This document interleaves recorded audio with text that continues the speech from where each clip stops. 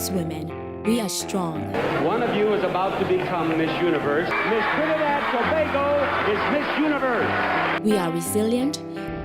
They are more accepting today, the African in us, than they used to. We are nurturing. We are going to call you Calypso Rose, which means rose is the mother of all flowers.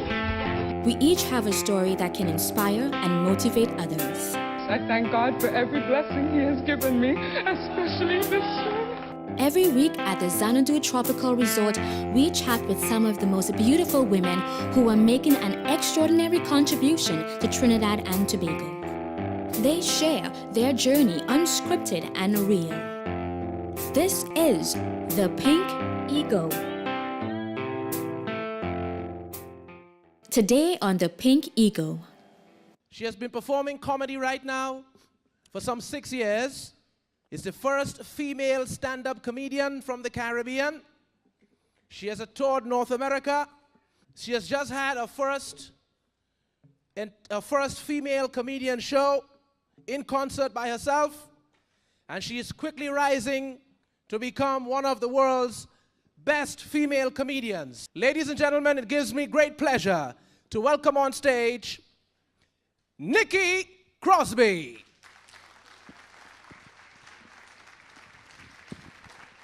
Afternoon, New York. How are we?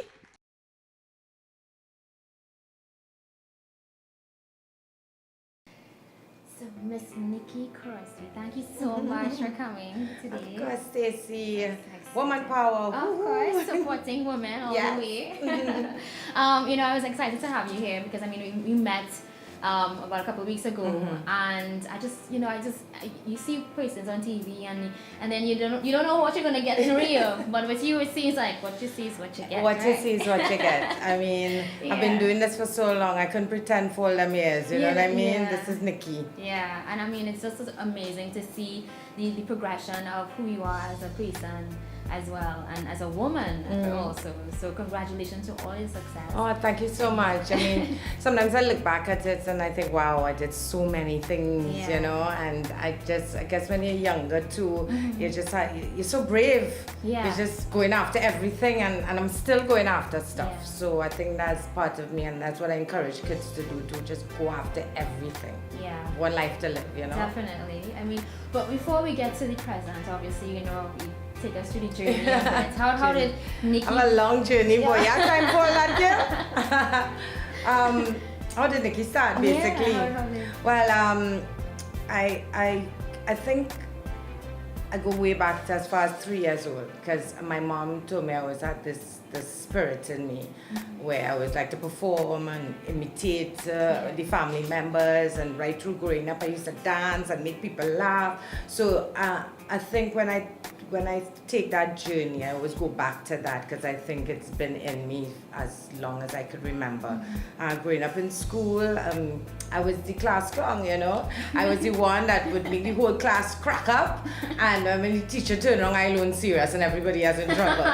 Because I have a lot of friends that we still keep in touch. I went to Providence, and they always talk about memories of me just being the class clown. And I always got reports saying Nikki could do so much better if she didn't talk so much. Right. Nikki could do so much better if she wasn't such a clown, Yeah. And now I always say those same teachers had to come and pay to see me talk now. Yeah. So after that, I told my mom I wanted to be the female Tony Joseph. And she's like, hello, no, you'll go to school. So I went to Canada, I studied business and marketing. And I came back and worked a regular 8 to 4 job, but still had this thing in me that I had to get out. I didn't know what it was at the time, I didn't understand it, but I just knew that there was something in me I had to do. Upper level in those days, this was years ago, I had a first ever comedy competition. Right. And I used to go every day, Friday, after work in Lime. And then I was like, listening to the fellas do it. I was like, I could do jokes better than that. Went up, eventually won the whole competition. The first prize was a trip to New York. Went, came back. And then I got a call from Frank Martino, who did the first ever Caribbean Comedy Festival, where he brought brought comedians from right through the Caribbean. How old were you at this time then? I was probably late 20s, you know, Okay. probably late 20s, oh, kind of, because as I said, I was doing corporate, this was, you know, so, and then he called, and I said, okay, there was no other female stand-up in the Caribbean until Nikki Crosby. So I thought, well, something new, all right. And I remember the first time I performed was in front of 17,000 people in the stadium. First performance. Can you imagine? Yeah. Crazy, right? It's a kind Yeah. of madness when you're younger, I think. But I remember telling myself, look, nobody know me. If I fall flat on my face, I go home. Nobody know who's me up there. But I had 7 minutes to perform. And then I performed, and after that I just kept getting jobs and people calling me, because as I said, men were doing it for so long. It was so strange to have a woman in it. And through stand-up comedy, I mean, it took me all over the world performing, representing Trinidad and Tobago. I was invited by the Montreal Comedy Festival. It's one of the biggest comedy festivals in the world. And I was the first person from the Caribbean to be invited. I mean, they put you up for 2 weeks and you perform in all places. So I performed at the Apollo a few times, and things like that. Like, comedy is something that I absolutely love. I almost got to the point of LA, got in to meet with NBC directors and stuff, and I was almost there. And then I found love. My husband, he was now moving back from the US after 30 years, and I was now thinking about going to the US. It's almost like we pass in the airport, and like he stopped me, and I have no regrets. I fell for love. The thought of leaving to go to the US and not establishing this great thing that was happening. So I decided to make my life here. And after that, I kind of stemmed off into theater, which was, I think that was my absolute love. That is my passion, theater. I love theater. I love becoming different characters and fusing it with comedy. You know, I like to make people feel good. So that's kind of the history of me. After going into theater, Myron Ali, Penelope Spencer, and myself, we formed the first ever all-female production company. Right. You know, we thought that the men like Raymond Chukong and Richard Ragobao Singh, Tony Hall, these are the kind of men we learned from. But seeing things through a man's point of view versus like a woman's point of view, we thought that a lot of female issues were not being really looked at and highlighted.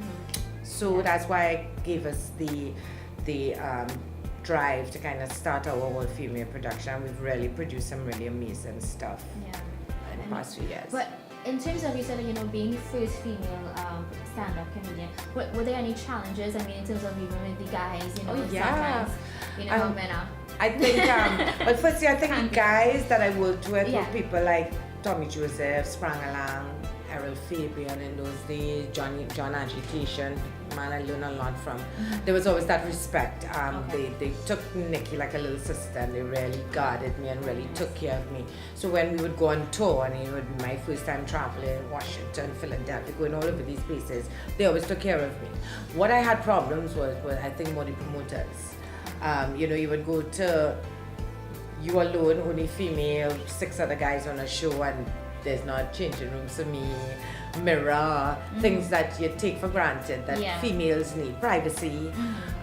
Also, in the beginning, I had to fight for pay because they didn't want to pay me, and I understood paying your dues. But after a while, I was like, you know, mashing up stadiums all over the place, and they didn't want to pay me the same. I remember doing a show in Barbados, and I sent back the check for the promoter. I told him, obviously, you need it more than me. And that was that kind of fight I had to do, being the only female. But in terms of the guys, it was pure love.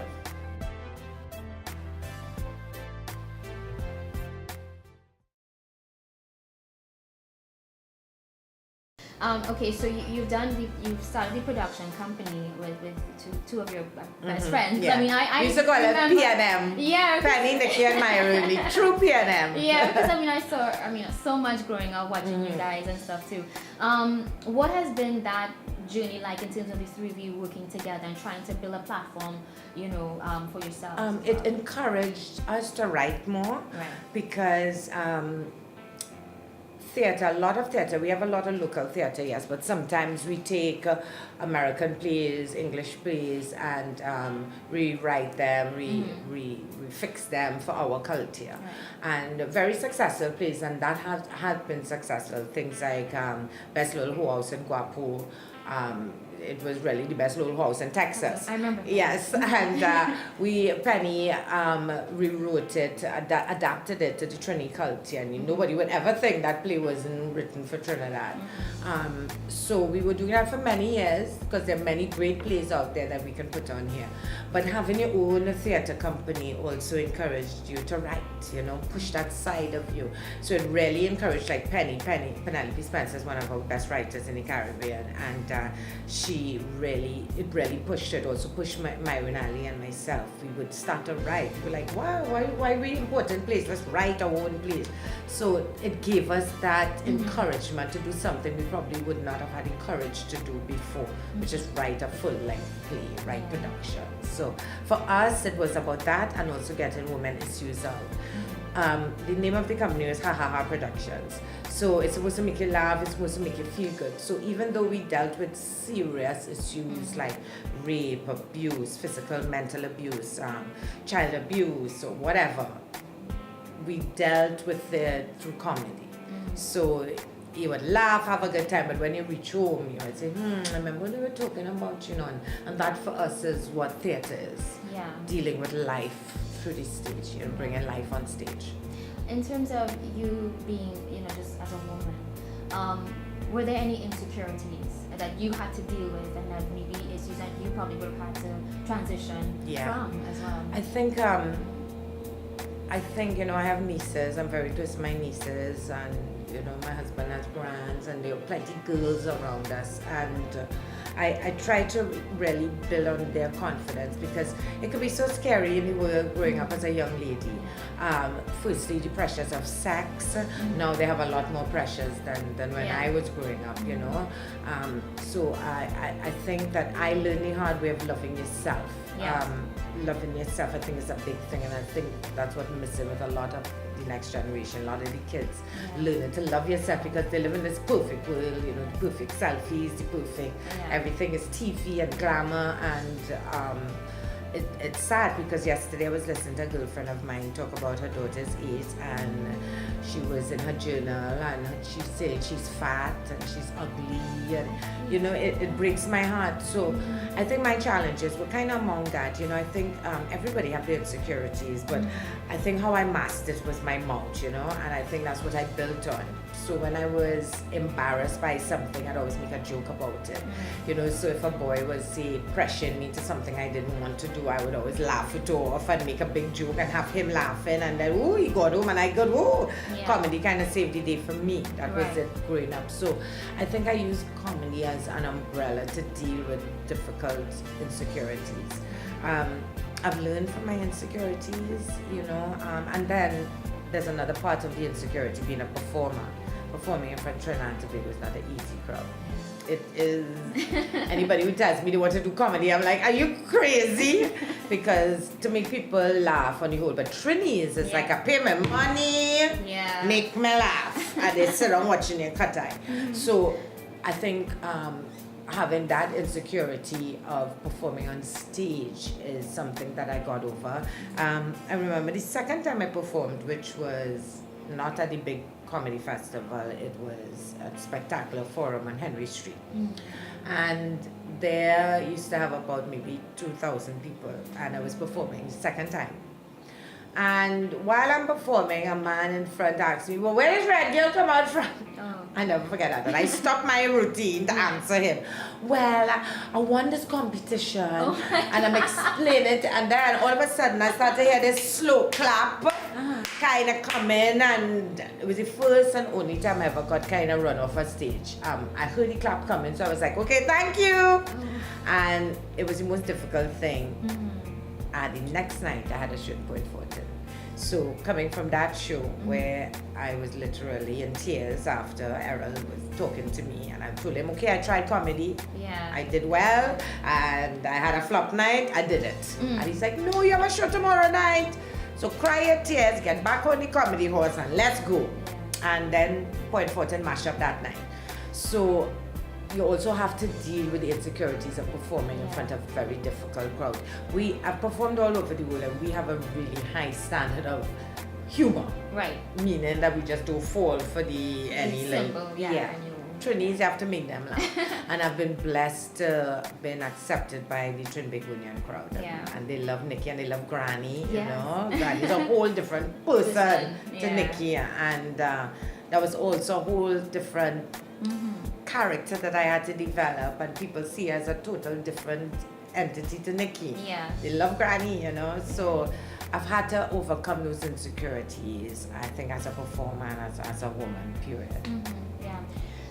The thing is, we live in a society now where women are becoming more of a force in terms of work and you know, just equality and stuff like that. And I remember I was doing an interview one time with one of the local news people, and the person asked me, when women are so business oriented, they don't get married early, or they don't have kids early and stuff like that.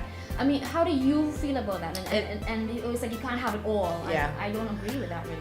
I think we can have it all, but it's more difficult for us. Let's not pretend. There are many women who have sacrificed their careers for their children. And it's not easy when you have to, say, travel 2 weeks out of a month and you're on a plane every minute and really try and keep that. You really have to have a partner who can hold it down. On the other hand, there are single women doing it too, so you really have to have that real support system, either your mommy or you really pay somebody who's there all the time. On the flip side of it, many women too have had to give up children and that family life, because after high school, they went to college. After that was their MBA. Some take it to the doctorate level. Can you imagine a young woman who wants to become a doctor and they really focus? They're not going to get out of school till probably early 30s, you know what I mean? By then, because I went through it, on one side, there was this world that I had to see and perform in. And because of it, it was also hard to have a relationship, right? And then on the other side, there's the biological clock ticking, going tick, tick, and very loud. And when you're reaching your 30s, and then I'm also the ambassador for endometriosis in Trinidad, which is a female disease that women have with menstruation, and also the long term having trouble to get kids, trouble having kids. So not only that, I was at a point too in my early 30s when my doctor was also in my ear saying, okay, Nikki, you have endometriosis, for you to have kids, you have to have now. Not being involved with anybody that you wanted to make that kind of commitment with. And I think women go through that. But on the flip side of it, I think technology now has, medical technology has gotten a little better, where we could see women now can freeze their eggs if they want and stuff. But I think you have it's not that we can't have it all. There are women that have shown we can have it all, but you have to make some sacrifice. It's so easy. Men don't have to think about pregnancy. Men don't have to think that is 3 months of my life that I'm away from the office. They don't have to think about that. So when you're away on the office, sometimes having babies and you're away on maternity, somebody is riding that ladder. Let's not pretend that's how corporate life is. And I read something recently which I think is so great for this show. They said, yes, women can break the glass ceilings with the help of another woman. We need each other. Because the men aren't going to do it first. The men aren't going to say, wow, here's the way, go break those ceilings. But we as women have to keep helping each other, pushing each other to break those glass ceilings. So I think we can do it and we can have it all. But I'm just sorry, I think biology works against us.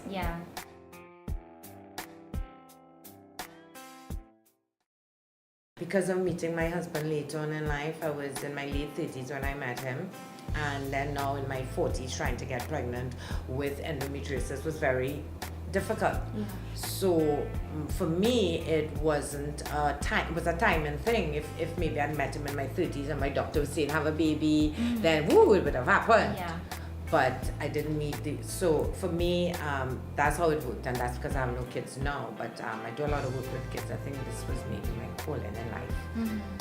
That God has this, Trinities do hear that, eh? Yeah. No, don't say that. Say your prayers, girl. And I'm trying to tell Granny, no, Granny, I passed that stage now, No, say your prayers. There's always hope. So I think this is just the way God intended it for me. This was how my life's supposed to be, Auntie Nikki. Yeah, and the dynamics, of a woman who's accustomed being in leadership and then in being in a relationship. Like I remember speaking to other younger women as well. They always have a tendency issue with that because they're so accustomed being in control.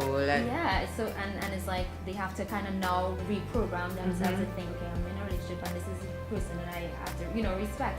So it's always something you have to think about. We always have to be, thinking.